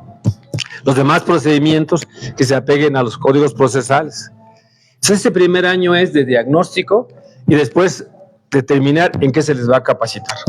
hay que capacitarles y a mí me parece, mi aportación es que la parte jurídica será muy relevante, pero hay una parte de la que poco se habla, es la parte humana. En mi paso por el Consejo de la Judicatura Federal, cuando yo venía de fuera, venía de otros mundos, llegué y me imagino, porque por supuesto que yo no vivía en el medioevo, ni en la época de la hacienda, pero encontré un ambiente demasiado, excesivamente, voy a decir formalista, pero me quedo corto, donde los magistrados y los jueces, no por culpa de ellos, sino por una cultura histórica, eran, ahora que viene lo cónclave, eran así como que su ilustrísima, ¿no? Y había un sometimiento y vasallaje, creo que no sano. Y eso no se reflejaba solo en esas formas, sino había abusos. Cierto, había mucho acoso, muchísimo acoso, tanto laboral como sexual. Yo tuve los expedientes, ¿sabes?, que revisé. Y lamentablemente, por conservar el empleo o a veces por entender que era la cultura, pues o se toleraban o se promovían o se callaban esas conductas. Creo que esto no debe ser en ninguna manera, entonces hay que cambiarle esa imagen al juez. El juez tiene que ser, por sobre todas las cosas, un líder amigable. Conocí y estudié que hay liderazgos situacionales. Un líder no es lineal. El líder tiene que conocer de quién es líder. Y puedo decirles que en las casas donde se imparte justicia no había justicia. Entonces, lugares sombríos que producían cuestiones sombrías, muy formalistas. La Suprema Corte de Justicia de la Nación, voy un poco bajando mi speech para permitir el diálogo o permitir las preguntas. En la casa donde se imparte justicia laboral no había justicia laboral. Esto es, si alguien lo querías quitar, que no fuera ministro, por supuesto, porque los ministros no se pueden retirar sino mediante juicio político, y así seguiría siendo. O sea, tienen inamovilidad en su cargo y solo pueden ser retirados por juicio político. El tribunal no los podrá destituir o inhabilitar. Bueno, pero ellos sí podrían correr a cualquier persona, y la Corte es enorme. O el Consejo de la Judicatura Federal, o mandarlos por allá castigados, porque hay muchas formas de acosar laboralmente. Y por aquel tema que era uno de los grandes, digamos, paradigmas, de que a la Corte no se le debe juzgar, porque en lugar donde a la Corte se le juzga, bueno, pues entonces rompes aquella parte de la certeza jurídica. Bueno, un trabajador de la Corte lo podías correr y no podía ir a ningún tribunal, o del Consejo de la Judicatura Federal. O sea, en la casa la casa grande donde se imparte justicia, no había justicia laboral. La reforma constitucional abarcó el artículo 123 en su apartado B y determinó que este Tribunal de Disciplina Judicial es competente para conocer de los conflictos de trabajo. Entonces, por primera vez, y ese es mi reto, es que cierto es una reforma con muchos defectos, pero cierto que es una reforma. Yo dirigí tesis doctorales, escuché conferencias donde se decía, ¿qué hacemos con México? Respetemos, digamos, la jerarquía de la Corte, pero ¿qué pasa con la justicia laboral en el Poder Judicial de la Federación? Ya está. El Tribunal de Disciplina Judicial conocerá de los conflictos laborales. Y entonces ya un ministro, un juez, pues no podrá o no deberá, y si lo hace entonces es acosar o violentar los derechos laborales de los trabajadores, porque ese tribunal conocerá a grado de resarcir e iniciar la otra parte, de la que con esto ahora sí ya interrumpo mi speech. No digo que lo termine porque me encantará poder platicar con ustedes, en donde viene la responsabilidad administrativa, de la que muchos se preocupan, muchas y muchos se preocupan. La responsabilidad administrativa será una de las tareas del tribunal y tendrá por objeto desde revisar si son conductas graves o no son conductas graves, y consecuencia de esta circunstancia podrá llevar a cabo desde amonestaciones públicas o privadas, y voy a brincarme algunas, hasta inhabilitar o destituir. Pero las causales, y ese es el reto, las causales son francamente complicadas, porque se mete por primera vez en la historia en la famosa independencia judicial. Esto es, se mete en juzgar al juzgador. No lo va a juzgar durante el proceso, ahí va. El proceso se continúa, pero se puede haber presentado la queja, denuncia, o oficiosamente un magistrado del tribunal puede decir, mándeme eso, porque he tenido conocimiento, ya sea por una visita, ya sea porque tomó conocimiento, ya por una denuncia, etcétera. Entonces puede correr cuerdas paralelas el expediente formal, el juicio, y por la otra cuerda está llevando a cabo el procedimiento disciplinario del tribunal, el cual no se resolverá ni concluirá hasta que termine el proceso en su última instancia. ¿Pero en presencia de qué estamos? Estamos en presencia del error judicial, porque las causales de responsabilidad administrativa son, por ejemplo, el que no resuelva conforme a constancias, y déjenme explicarlo en cristiano. Si el juez sometió valoración de constancias o interpretación jurisprudencial legal o constitucional, entonces el tribunal le puede decir, te equivocaste. Si hay interferencia de prueba, si no hay una debida valoración de prueba, también. Y ese era el reducto histórico del juzgador. Si el juzgador va a ser sancionado terminando el juicio por haber juzgado. Y este tema a mí me lleva, ahora sí, al cierre. Las leyes no tienen vida, la Constitución no tiene vida. Lo he sostenido. No es ontológico, absolutamente. Son meros enunciados lingüísticos. Quien les da vida es lo que llaman algunos la trilogía del derecho. Uno, el hecho que condiciona. El hecho siempre va a subordinar. Mucha gente piensa que la norma lo es todo, no. La base de toda discusión, decían los romanos, dame el hecho, que yo te daré el derecho. Cada hecho va a condicionar al enunciado. El segundo elemento no es la norma, son los valores de la sociedad. Hasta donde una sociedad puede tolerar de sus jueces, de servidores públicos tal decisión. Y ese servidor público tiene que saber que trae el calibre social. Y por último, la norma. De tal manera que las normas tendrán que ser materia de criterios interpretativos y argumentativos que vayan sentando los criterios. Porque, insisto, no es el enunciado. Nosotros tenemos una hiperregulación en México en los últimos años, incluso constitucional, y no hemos mejorado nada. Y si por el contrario teníamos extraordinarias instituciones como la CNDH, histórica, que hoy no lo es así. Porque quienes las encabezan no están a la altura de las situaciones. No lo hago en materia electoral, les doy mi palabra. Quien me ha escuchado sabe que este es mi histórico speech y que procuro no aburrir los demás. Y estoy totalmente convencido que son las personas, que deben ser calificadas, preparadas, competentes, y les platicaba de la aviación, voy a decirlo muy claramente, no tener hambre a la mala. Hay que cobrar el sueldo, hay que disfrutarlo porque necesitamos vivir de él, y hay que ir todos los días con la frente en alto. Y así me presento ante ustedes. Muchas gracias, doctor. No, muchísimas gracias.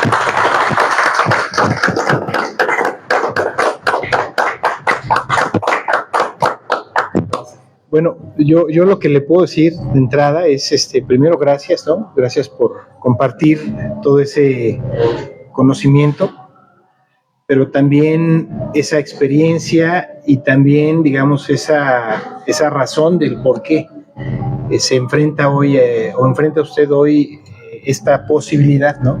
De ser electo para este Tribunal de Disciplina Judicial, hoy así llamado. Yo lo que le puedo decir, como abogado, como jurista, ¿no?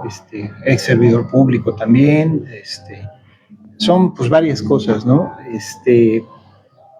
Creo que México ha experimentado diferentes momentos históricos, ¿no? Usted señalaba muy adecuadamente, por ejemplo, la modificación constitucional del año 2011, ¿no? Que tiene que ver con los derechos humanos. Y en México, pues todas las estructuras, esta modificación del sistema de justicia penal, ¿no? Acusatorio, adversarial, se llevó a cabo entre 2008 y 2016, ya no tan nueva, ¿verdad? Porque ya pasaron varios años y que sigue siendo perfectible, ¿no? Porque trae implícitas pues, cualquier cantidad de situaciones que nos hemos encontrado, que van desde la prisión preventiva, ¿no? Ya sea oficiosa o justificada, ¿no? Y pasando, porque pues choca, ¿no? Choca con este principio de presunción de inocencia que está establecido en el artículo 20 constitucional y y pasando también por cuestiones como esta que tiene que ver con el procedimiento abreviado, por ejemplo, en donde tú tienes que aceptar, ¿no?, prácticamente la imputación que hace el Ministerio Público, ¿no?, para que tú puedas someterte a esa forma de determinación anticipada del proceso. Y varias otras, ¿no?, que se han identificado y que justamente no nos permiten pensar que ese sistema de justicia pues, es el mejor sistema de justicia, ¿no? O sea, evidentemente es perfectible, hace falta mucho que modificarla. Yo la verdad creo que cuando se planteó porque fue expresa además, ¿no?, la modificación constitucional que trajo como consecuencia que se pudiera llevar a cabo esta elección, yo la verdad, muy sinceramente pensé que no iba a pasar, que no se iba a llevar a cabo, pensé que era una broma, especulación, ¿no? Una situación ahí que había que poner de manifiesto, porque sí, que claro, por supuesto, que México necesita o necesitaba una reforma judicial, como la sigue necesitando a nivel de este sistema de justicia que ya señalé y de todos los actores, ¿no?, de todos los operadores, Ministerio Público, ¿no?, no se diga, ¿no?, hay que hacer algo con esa gran institución del Estado mexicano que es el Ministerio Público y que además es histórica, ¿no?, pero que ha venido perdiendo facultades y atribuciones, ¿no?, con el paso del tiempo. Esta facultad que tenía de la representación de las víctimas y que hoy pues ya queda en entredicho porque ya hubo que incorporar la figura del asesor jurídico, ¿no?, el asesor jurídico público o privado, por ejemplo, ¿no?, que viene a ser eso que anteriormente era una potestad exclusiva del Ministerio Público. Pero también esa posibilidad, esa facultad que hoy tienen las víctimas de hacerse presentes en el proceso y de coadyuvar también con el Ministerio Público, por ejemplo. O sea, nadie duda que hemos ido avanzando, pero pareciera por un momento que damos 2 pasos hacia adelante y 1 hacia atrás, ¿no? Como siempre se ha dicho. Desde luego hay que decir, aquel sistema de justicia tradicional, para algunos, para otros mixto, para otros inquisitivo, pues tampoco era, digamos, algo que fuera lo mejor, digo, y me voy a la eficacia, ¿no? A la eficacia. De 100 delitos que se cometían, se denunciaban 10 y de esos 10 se obtenía sentencia condenatoria para 1, ¿no? Entonces, y no es que hayamos avanzado de manera extraordinaria en esas cifras, y en otras cuestiones no menos importante, ¿no?, que tienen que ver con lo social y que son las famosas o las denominadas percepciones, ¿no?, que tiene la gente, la ciudadanía, el ciudadano de a pie, el ciudadano común y corriente, ¿no?, que evidentemente no entiende mucho lo que estamos aquí diciendo, porque es algo complejo de entender para nosotras y nosotros, las abogadas y los abogados. No me imagino, pues, para el común de la gente que no maneja estos temas, ¿no? Entonces, sí hay un reto ahí enorme, porque justo usted hablaba de que no nada más es la norma. O sea, usted muy acuciosamente señalaba que desde luego que la parte social es importantísima. Y sí, coincido con eso, porque de pronto los abogados creemos que lo sabemos todo y que todo debe estar a instancia de nosotros, y no siempre y no necesariamente tiene por qué ser así. La gente también tiene que comprender y saber mucho de esto, porque si no, pues se va a quedar con la percepción de que lo que se está haciendo por parte de las y los abogados, ya sean servidoras públicas o no, pues no es lo adecuado, no es lo correcto, no es lo que le funciona, no es lo que le sirve. Y yo creo que hay que romper también con esa situación, con esa circunstancia. Y me voy más allá del Poder Judicial. Yo antes que la modificación al Poder Judicial, yo hubiera preferido hablar de una modificación a las facultades y atribuciones presidenciales, por ejemplo, ¿no?, que es una discusión que se tiene por años y que por cuestiones evidentemente políticas, pues no se ha puesto en el centro del debate. pero creo que también hay que preguntarnos hasta dónde hay que modificar las facultades y atribuciones presidenciales, porque el presidencialismo en México,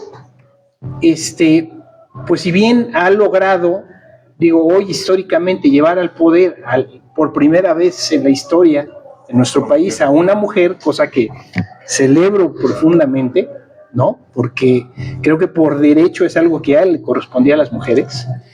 También es cierto que las facultades y atribuciones presidenciales pues, han llevado a cabo justamente o han generado que este gran poder junto con el legislativo, pues en algún momento, pues sí, abordaran o incluso amagaran al judicial, ¿no? Como ocurrió con esta modificación constitucional, que hay que decirlo, una cosa es la forma en que se llevó a cabo la modificación, bueno, primero la necesidad de hacerla, luego la forma en que se hizo y luego el resultado de esa modificación, ¿no? O sea, son cosas realmente distintas, sí, unas de las otras, ¿no?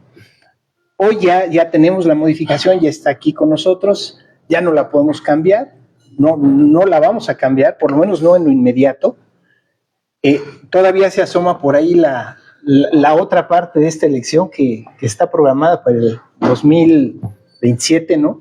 Así es. Que es el otro 50%, que bueno, ahí vamos a ver qué también es lo que sucede, porque si hay, o sea, nadie sabe qué va a pasar con los juzgados, ¿no? Con los tribunales.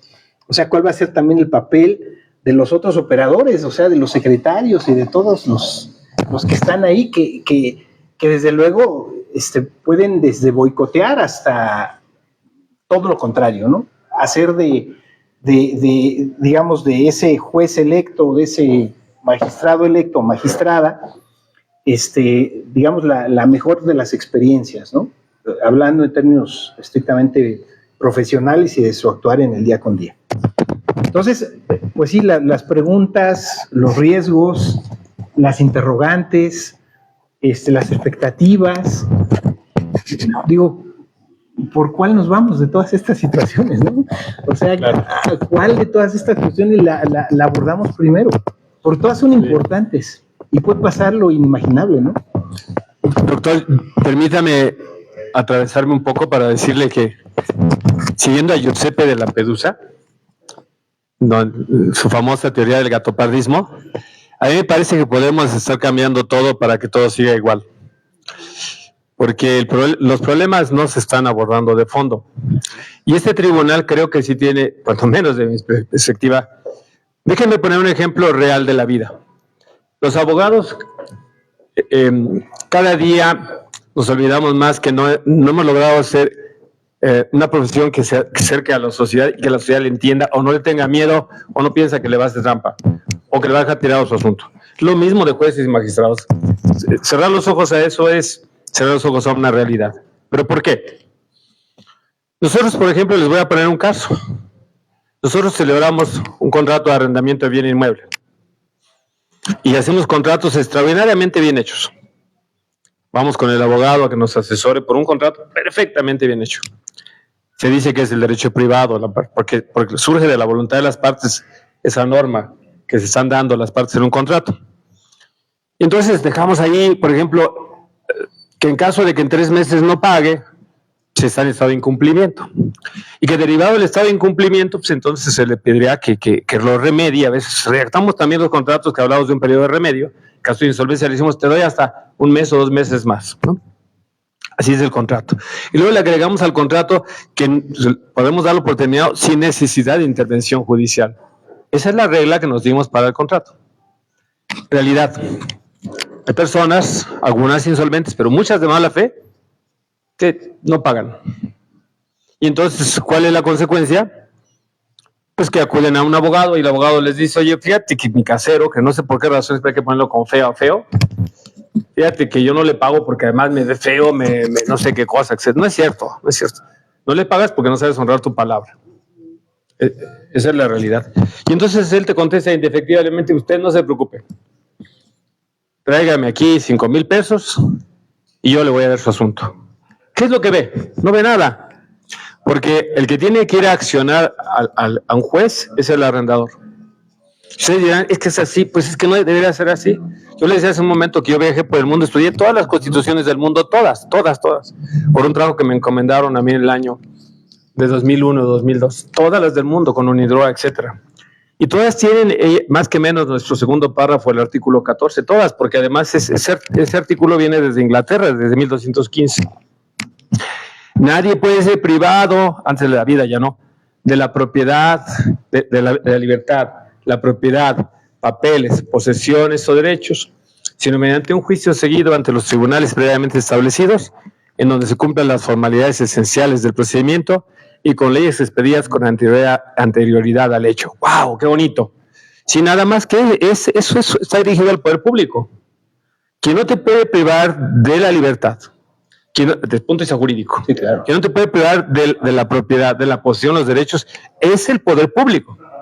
¿Y qué hemos hecho en México? Y además lo aclaro, solo en México, porque no sucede en Costa Rica, no sucede en Canadá, no sucede en Estados Unidos. Dice que la escuela mexicana, quizás se lo debemos a don Lázaro Cárdenas, dentro de las muchas cosas buenas, creo que a él no tanto, sino una inspiración social o socialista mal entendida. No, pues resulta que le manda la carga al arrendador. Entonces, el que no puede privar de la propiedad y de la posesión es el arrendador. Háganme ustedes el favor. Y entonces tiene que ir a agotar esto y ir a un juicio. Este juicio va a durar un año y medio si lo apelan. Y la realidad es que hay malvados arrendatarios que cuando saben que ya la sentencia les viene favorable, porque no puede ser de otra manera, además, ¿para qué saturas a los tribunales? Se roban los cables, las tasas, etcétera, etcétera, y se van. ¿Por qué tendríamos que llegar a esto? Porque el Poder Judicial no ha sido sensible y capaz de decir que tenemos que reeducar a las personas para decir, tú no tendrías que venir a mi tribunal, tú tendrías que honrar tu contrato. ¿Cómo cuesta trabajo esto? Porque estamos culturalizados de manera tal que digamos, no, el juez me protege. ¿Por qué te tendría que proteger el juez?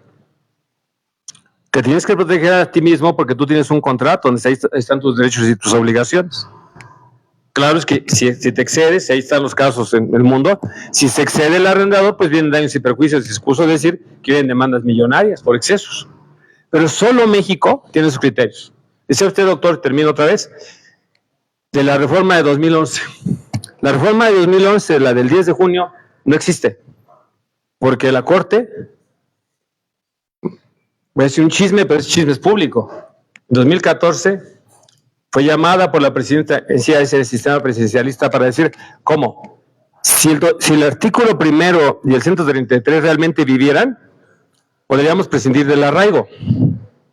Porque aunque está en la Constitución, el artículo 1 dice que es un catálogo donde yo puedo preferir el arraigo, pero si hay otro derecho que favorezca a la persona, eso no prefiero el arraigo. Ni a la extinción de dominio, ni a la prisión preventiva, ni oficiosa, ni justificada. Eso se llama, no quiero aburrirles, la obligación de interpretar y hacer control para que los actos que va a realizar el poder público sean conformes, no como la Constitución, como un Robinson Crusoe de un artículo, sino con una Constitución armónica que busque dentro de su catálogo el mejor derecho y después la llegada de los tratados internacionales. Pero la Corte dijo, oficiosamente y para satisfacer al presidente Peña Nieto, no, es que la Constitución no dice lo que dice. Y no se ha superado. La corrección de tesis 293 de 2011, engrosada en 2014, quedó derogada la jurisprudencia 20. No, ustedes son ciegos, mexicanas. La Constitución dice que cuando haya una restricción en la Constitución, cesará la restricción. De entrada, los tratados ya no entran.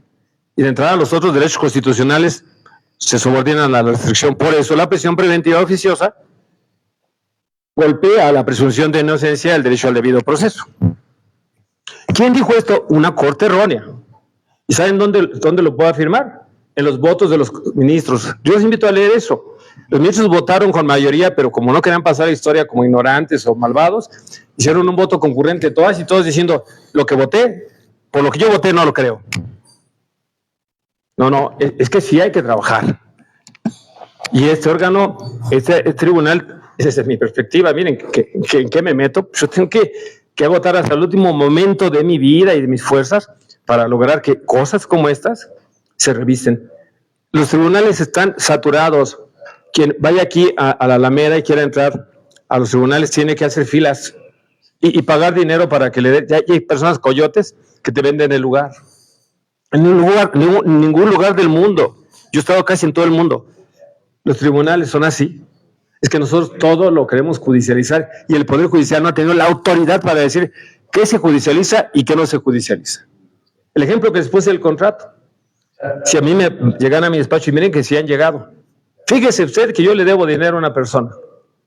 ¿De qué se lo debe? Me prestó, etcétera, etcétera. Y no tengo para pagarle. Reconozca que le debe, fírmele un contrato de reconocimiento de deuda y forma de pago y empiece a pagar. ¿Pero cómo? Muchos vuelven y muchos no vuelven. Muchos vuelven años después porque ya fueron con un abogado que le dijo que no y ya la deuda creció, ya traen demandas, embargos, etcétera, etcétera.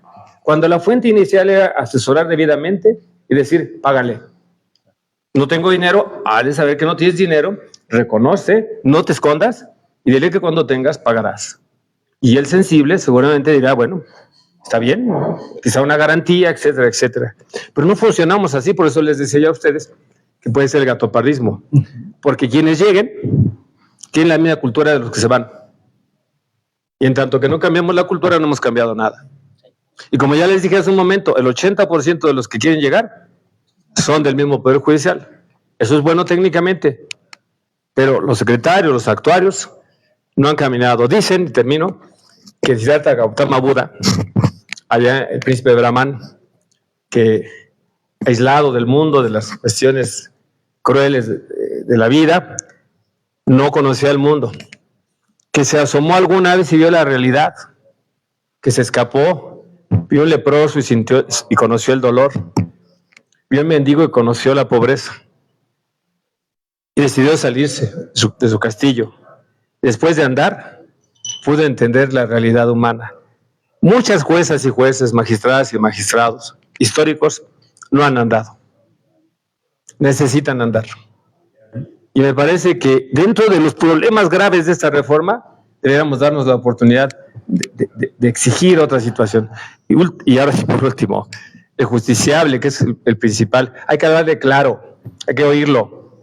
Yo como abogado, el magistrado me reciba, a ver si lo recibe, como si me fuera a recibir, yo no sé quién, ¿no?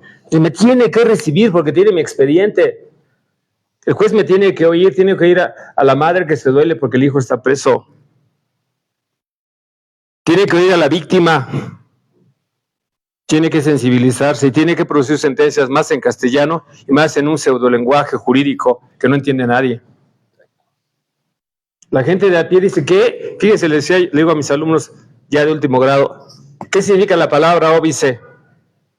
Casi nadie sabe. Cuando salgas, vas a redactar diciendo óbice, que es obstáculo. ¿Para qué dices óbice si puede decir obstáculo? O aclara que es óbice, preculturiza. Ah, qué bárbaro. Yo digo que podemos hacer o un corrido o una cumbia, una canción del lenguaje de los abogados para divertirnos un poco, porque solo sirve para un lenguaje barroco, oscuro, para ponerle un velo al justiciable, y eso no puede ser. En mi ejercicio jurídico, yo planteo en castellano. En mi labor como funcionario, yo hablo en castellano. Cuando les di los cursos a los magistrados y jueces, les decía a los secretarios, les hablaba en castellano. Ah, cómo me quieren, si me están escuchando. Saben que digo la verdad. Porque en algunos de ellos penetré, me pidieron realizarle la tesis. El querido doctor del que coincidimos de la Procuraduría me quiere porque dijimos la tesis de un juez de distrito. Y me decía, Rogelio, es mejor hablar en castellano, ¿verdad? Claro que sí. Vamos a hablar en castellano. Una tesis de doctorado, imagínense hablada en castellano puro. Pues agradece, porque esas cosas debería leerlas la comunidad. ¿Quién lee una tesis de un abogado? Les digo a mis alumnos, díganme un solo abogado a que la humanidad le deba algo. Le debemos a Fleming, indiscutiblemente.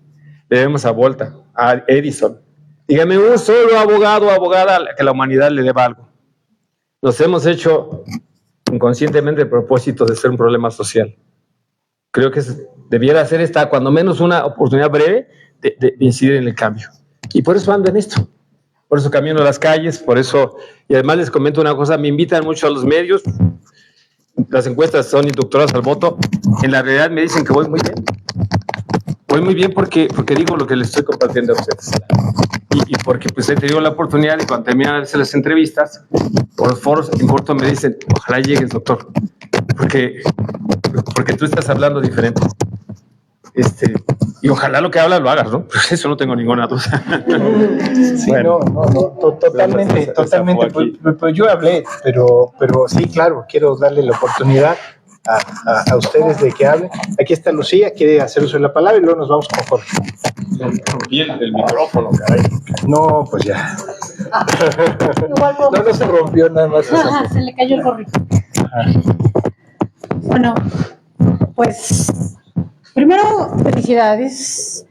Yo llevo algunos años ahí participando en la fiscalización de campañas políticas y particularmente en esta me parece que ha sido toda una travesía para los candidatos, no solamente la parte de la fiscalización, sino salir a la calle y pedir el voto.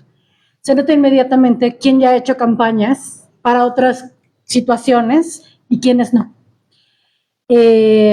No porque tengan mayor elocuencia, sino porque tienen mayor cercanía a la gente. Son más sensibles y quienes no tienen ese ejercicio político necesariamente vienen del magisterio. La verdad es que aquellos que hemos compartido el magisterio desde hace algunos años, yo creo que es lo único que podemos hacer de forma gratuita, ¿no? Sobre todo siendo abogados. La verdad es que me enorgullece conocer a alguien que tiene dos valores fundamentales como candidato para este tipo de situación. Uno es el honor y el otro la honestidad. Que en la abogacía de repente es muy complicado ejercerla sin parecer cruel o parecer poco sensible, ¿no? Al contrario, ser honesto yo creo que implica el cambio que necesitamos como sociedad y sobre todo como sector profesional, como abogados, justamente para caminar hacia otra vertiente. No quiero extenderme mucho, solamente quiero hacer dos comentarios respecto a la cuota de género y a un comentario que hiciste en tu primera intervención, doctor, que me parece muy interesante y que además comulgo con él. Tú dijiste hacia la Cámara y hacia los que estamos presentes, ojalá no pierda yo algún voto por decir este tema de la cuota de género, ¿no? Yo creo que no perderás ningún voto de la gente que analiza y espero que justamente todos los que estamos aquí salgamos a sufragar el primero, tengamos esa conciencia de que no por pertenecer a un género o a alguna otra situación social o humana o alguna otra condición social o humana, generemos o creamos que tenemos otro tipo de beneficios. El género no es una situación por la cual tendrían necesariamente que reconocernos, ¿no? Al contrario, yo creo que los méritos se van ganando como personas, como profesionales y como miembros honorables de la sociedad. Entonces, a la gente que piensa y que sufrague con conciencia, no creo que pierdas ningún voto. Finalmente, para hacer un comentario acerca de el mismo tema respecto a la presidencia de la República, ¿no? Qué honor es que una mujer esté en la presidencia de la República, pero justamente ahí vemos, viniendo de una elección en la que las candidatas a lo mejor no eran los mejores perfiles que hubiéramos esperado todos los mexicanos, o una gran mayoría de los mexicanos. ¿Por qué? Porque al final del día obedecen a intereses políticos de repente un poco mezquinos, ¿no? Cualquiera de las candidatas que hubiésemos tenido en su momento el año inmediato anterior.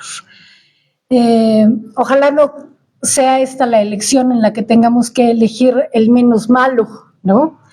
Aquí el problema de esta elección es que fue una elección muy abrupta, fue una elección en donde nos van a dar 10 boletas para poder sufragar y que justamente la cantidad de contendientes es brutal, ¿no? Quienes no tienen ese interés por salir. Esta elección es de movilización.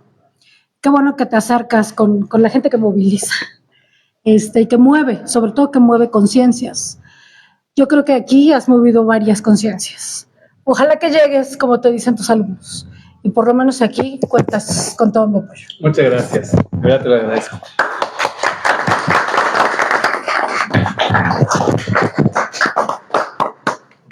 Jorge, te paso el micrófono, por favor. Por favor. Gracias. Muchas gracias. De principio celebro la oportunidad de compartir mi opinión, mi humilde opinión. Pocas veces tomo la palabra, pero creo que para mí hoy es importante decir algunas cosas. Uno de los motivos que me llevó a tomar la decisión en su momento de estudiar la carrera de filosofía primeramente y después de historia, fue porque pues, vi mucha injusticia, pero yo quería conocer el origen de todo esto.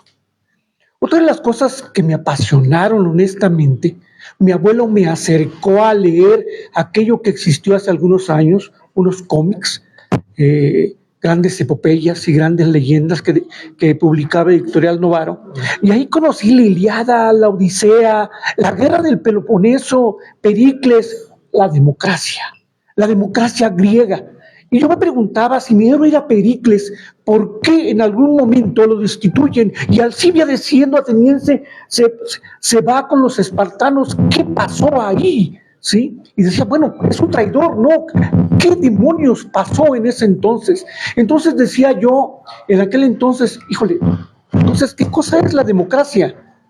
¿Qué cosa es? ¿Existe la democracia? ¿Sí? Pasaron los años, ¿sí? Y me enojé mucho. Me enojé mucho con muchas cosas. Uno de los motivos que desistí de ser docente y me metí a la cuestión financiera fue por una gran decepción. La gran decepción fue justamente la corrupción, ¿sí? Y disculpen mis palabras, pero es algo muy común lo que voy a decir. Híjole, en la generalidad se dice, entre abogados te veas. Híjole, ¿sí? Honestamente, sí, esta es la percepción de los que no somos abogados. Caer en las garras justamente de los abogados, y sin perdón, las garras, híjole, si no se lo desea a nadie, ¿sí? Es bien complicado. Yo no creo que exista mi apreciación, el bien o el mal. Yo creo definitivamente que respondemos de acuerdo a las circunstancias que nos determinan en determinado momento, porque en otro puede ser muy diferente. Lo que sí veo es que a la fecha me ha tocado vivir cosas inimaginables, ¿no? Que es bien curioso. En la semana alguien hablaba de los supersónicos y más o menos somos de la misma generación y decíamos, híjole, eso que veíamos ahí en los supersónicos ya está. Y perdón que lo comente, pero justamente a lo que quiero llegar es que estamos cambiando en nuestro México en diferentes partes de la vida cotidiana, ¿sí? Y entre otras tantas es esto. Creo que existe le llaman por ahí una conciencia universal, ¿sí? En donde de manera individual somos permeados por el entorno cercano de nuestro país y a nivel nacional. Las cosas están cambiando. Yo sí creo firmemente en la democracia y también en los riesgos de la democracia, ¿sí? Porque sí, volviendo a aquel entonces, cuando yo veía lo de la Guerra del Peloponeso y me preguntaba ¿por qué se tomaron estas decisiones? Por democracia. Y que le llevaron a Atenas a perder la Guerra del Peloponeso, pues sí, pero fue por democracia. Puede ser imperfecto lo que estamos viviendo actualmente con estas elecciones, y sí, también me pareció que fue muy apresurado, pero creo firmemente que vamos para bien, ¿sí? Y que a lo mejor va a haber errores, seguro estoy, y a lo mejor no llegarán los que tendrían que llegar, pues sí, probablemente, pero creo que es parte de este crecimiento como personas, como individuos, pero también como sociedad. Yo creo que vale la pena correr el riesgo y, Rogelio, te felicito. La verdad, has sido una de las voces con las cuales me apasiono. Creo que se note mi apasionamiento, mi entusiasmo, pero también digo que a veces escucho personas que hablan, ¿sí? Y veo que hablan desde cierta molestia, tal vez porque se perdieron privilegios, ¿sí? Me tocó, fíjense, por azares del destino, ¿sí? Me tocó tener muy en el inicio de que llegué como asesor financiero, unos clientes en el Consejo de la Judicatura Federal, allá en Insurgentes y el Eje 10 Sur, me tocó ir por allá. Yo llegué ahí, sí, la verdad, ¿esto qué onda? ¿Sí? Hace 20 y tantos años, ¿sí? De repente, pues, me parece un desmadre, ¿sí? Así, en pocas palabras, montones de papeles aquí, montones de papeles acá, que yo decía, híjole, es que no es humanamente posible que que está aquí, que hoy me toca venir a visitarlo, que es abogado, pudo haber este montón de cosas.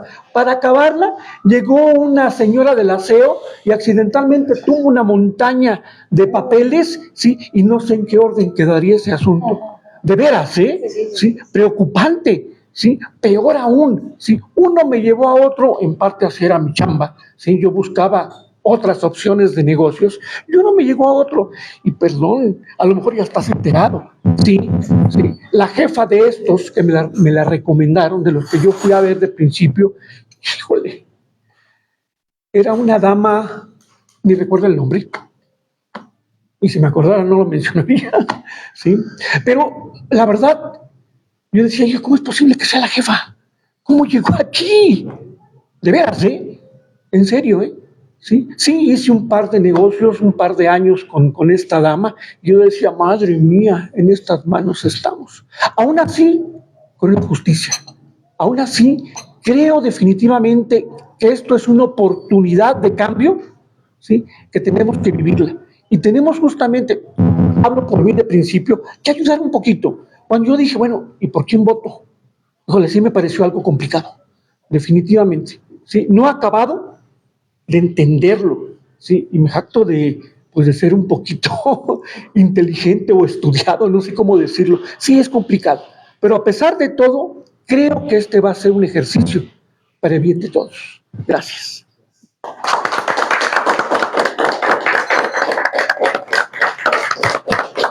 Yo aprovecho para invitarlos a que muchas de las cosas, eso que estamos platicando en este ambiente tan amigable, tan agradable, ha sido objeto de entrevistas, y hoy a las 10 de la noche estoy en el canal 40 con Ricardo Rafael, que es un periodista durísimo, durísimo. Les quiero decir, es que ya fue grabado, espérame con otro traje. Si no, por favor, les pido, véanlo, por favor, de verdad véanlo, si no tienen otra cosa que hacer, o recomiéndenlo. Me preguntó cosas duras, y esa pregunta, ¿por qué tendría que votar y por qué este proceso democrático? Y me lo dijo en el aire y fuera del aire, creo que me convenciste. Porque entre otras cosas que le dije fue, esta es la ley que tenemos y el sistema político que es la democracia. Ricardo, tú eres hombre de leyes, entonces no puedo decir que ahora no me gusta y antes sí me gustó. Es lo que tenemos formalmente. Y sí, gracias por tu confianza. 35 verde, 35 turquesa. Y espero, ayer salió un sondeo donde me colocan dentro de los mejores evaluados Viri Ríos, en el sentido de la percepción de quienes están interesando, porque otros, no, de verdad es bien complicado lo que dices. No se les olvide, en la verde es el lado de los hombres, el nombre más largo por Zacarías. Porque es lo que identifiqué, porque quizá el número no se van a acordar, pero ¿cuál era el de este señor? El nombre más largo. Y espero que de ser vencedor me inviten y en los primeros lugares donde yo venga a celebrarlo sea con ustedes. No, muchas gracias.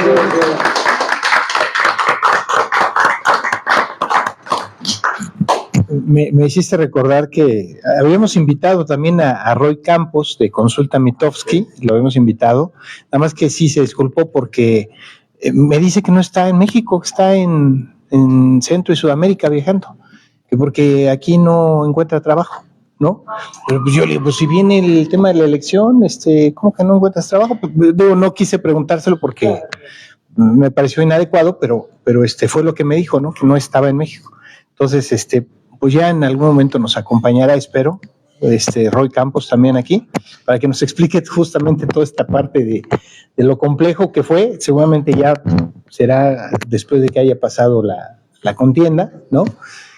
Pero sí es muy interesante escuchar a una persona que sabe de todos esos temas, ¿no? Que tiene que ver con las elecciones, pero con las preferencias y con lo complejo que son todos estos procesos, ¿no?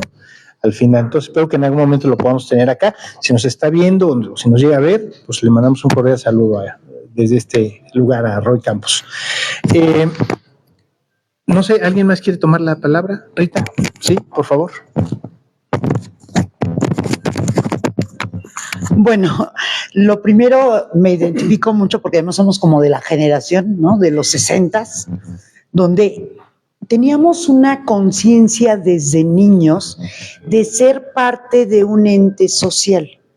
Crecimos nosotros con sueños y queríamos ir en contra de los malos, es decir, a diferencia de los jóvenes de hoy, que esa es la gran batalla, de los padres jóvenes, de los hijos de los millennials, porque nosotros crecimos con el Peace and Love queriendo hacer algo, nos sentíamos parte de. Eso cambió, eso cambió. Hoy los jóvenes tienen una condición diferente, ya las relaciones son triangulares, ya no es un tú y yo, incluso como parejas, es tú y yo, tu teléfono y el mío, porque esto está generando otro movimiento muy importante. Yo lo veo desde la salud mental, biopsicosocial, que es mi campo, pero obviamente entrando en esta perspectiva de la salud mental incluye desde lo individual hasta lo colectivo. Tenemos un grave problema en la transición del conocimiento a partir de la desviación de los usos y costumbres que se vieron violentados por los cambios estructurales de la sociedad. Hablamos de principios, hablamos de valores, aunque en realidad se habla más de valores. Los valores en aquellos años estaban implícitos en las conductas y en los comportamientos. Por eso se podían practicar. Hoy tenemos que elevar y acompañar los valores con algo muy importante que es la ética y la cultura de la legalidad. Porque el valor ya es subjetivo. Es lo que yo creo que está bien, yo respeto lo que me identifica y lo que es diferente ya no. En esta diversidad, y no solo los abogados, los intelectuales, los médicos, los humanistas, necesitamos comunicar con la gente con psicoeducación.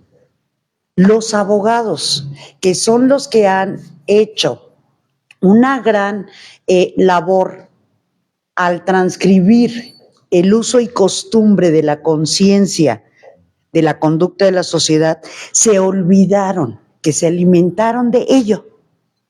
Y ahora siguen como que trabajando en la letra, en la ley, pero no en la conciencia de los y las ciudadanas. Mi labor ahora, como consultora en salud mental biopsicosocial, es trabajar desde lo individual, pero no nada más a partir de un trauma, de una falla estructural, de un trastorno. Mi obligación es integrar a una persona de manera saludable al ámbito social. Cuando yo les digo, ¿cómo ejerces tu pata ciudadana?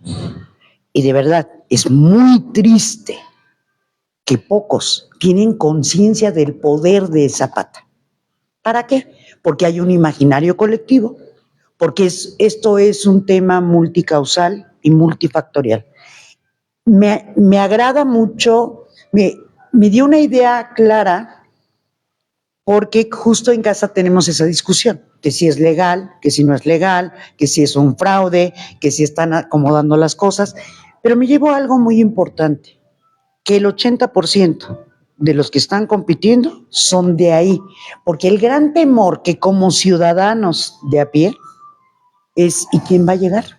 Porque además ahorita hay muchas leyendas urbanas, que si fulanito, que si perenganito, que si perenganita, que si la cuota de género, es decir, en este imaginario colectivo estamos jugando a la teoría del caos. Y eso es interesante. Y a nosotros como adultos, y sobre todo adultos contemporáneos, donde ya rompimos toda ese estereotipo, ya no solo de hombres y de mujeres, sino de abuelas y de abuelos, ¿no? Ya quisiera, a ver, ¿no? Yo como les digo, yo todavía busco colágeno. ¿Por qué? Pues porque tenemos que renovarnos. O sea, la juventud se va, pero la jovialidad, la adaptación, el amor a la vida y el sentido a la vida, hoy yo creo que está mucho en función de un eje importante que es la cultura y la conciencia de la legalidad. Es cuanto. Muchas gracias. Gracias, Rita. Sí, ¿le parece bien si, bueno, también tiene que retirar, Lucía y Víctor? Creo que usted también Si me lo ya se tiene que permiten, retirar. andar en campaña, este tipo de campaña, además nosotros pagamos de nuestra cuenta, entonces si se van ese dato no nos dirá nadie ni un peso, y por lo que bueno, pero nos hace caminar, no traemos choferes, no traemos equipos, porque está prohibido. Claro, claro. Tengo que ir de un acto a otro, muy contento, y en este estado particularmente contento. No, no, al contrario, doctor, los agradecidos somos nosotros de que nos haya permitido escucharle y de ser una plataforma más a través de la cual poder dar a conocer su propuesta. Muchas Creo que gracias. eso es lo más valioso. Si me lo permites, hermano, disculpa. Sí, claro, claro. Por favor. Yo la verdad tengo cierta pelea con sus cualidades dispares, pero en estos momentos con lo que ha comentado doctor, créame que se me ha abierto un poco más. Lo he llegado ahorita a conocer a usted, es impresionante y es de reconocer toda su trayectoria académica, pero sobre todo creo que más la humana, porque habla de una forma que es más entendible, sincera y honestamente. En algún momento estuve estudiando la carrera de Derecho, pero sí me hacía un poquito de pelotas con tanto terminología, ¿no? Que esto es esto, pero significa esto y regrésate al otro. Y bueno, entonces, sincera y honestamente, yo no conozco quién está para juez o para magistrado dentro de mi alcaldía. Ahora resulta de que hay un vecino de Puerta, que vivimos en la misma alcaldía, Benito Juárez, pero él está para Cuauhtémoc y Álvaro Obregón. Entonces, si vive, dentro de mi, a lo mejor peculiar raciocinio diría, si vives en Benito Juárez, pues no deberías de estar para Benito Juárez. Pero bueno, las reglas cambian, ¿no? O no sé cómo podría decirlo. Eso sí me gustaría aclararlo porque esta es una anomalía. Como el INE requería un presupuesto para... La Constitución establece que nosotros tenemos que votar los cargos nacionales de jueces, de ministras y ministros a nivel nacional, de magistrados del Tribunal de Disciplina Judicial, que es mi caso, es a nivel nacional, de las magistradas y magistrados de la Sala Superior, los dos que faltan y que se van a elegir, también es federal, y ya dependiendo de las salas regionales del Tribunal Electoral, donde nos van a elegir, esos son cargos, digamos, generales.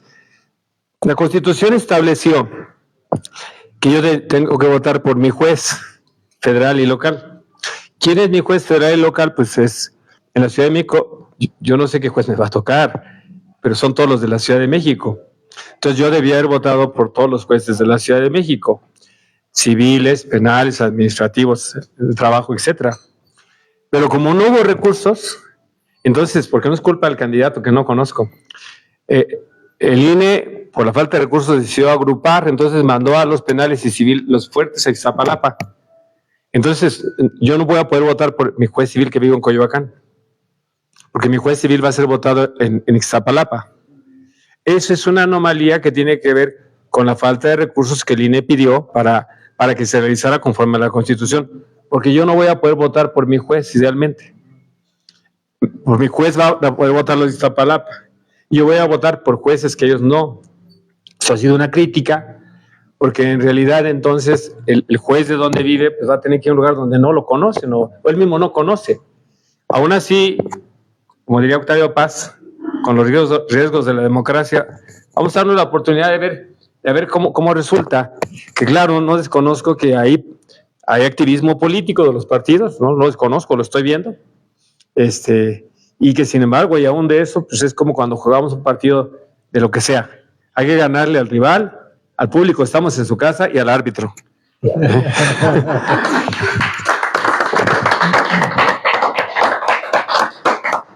Bueno, no hemos terminado, hay varias cosas que quisiera comunicarles a ustedes y a quienes nos están viendo, pero ya se tienen que retirar Lucía, Víctor y nuestro invitado.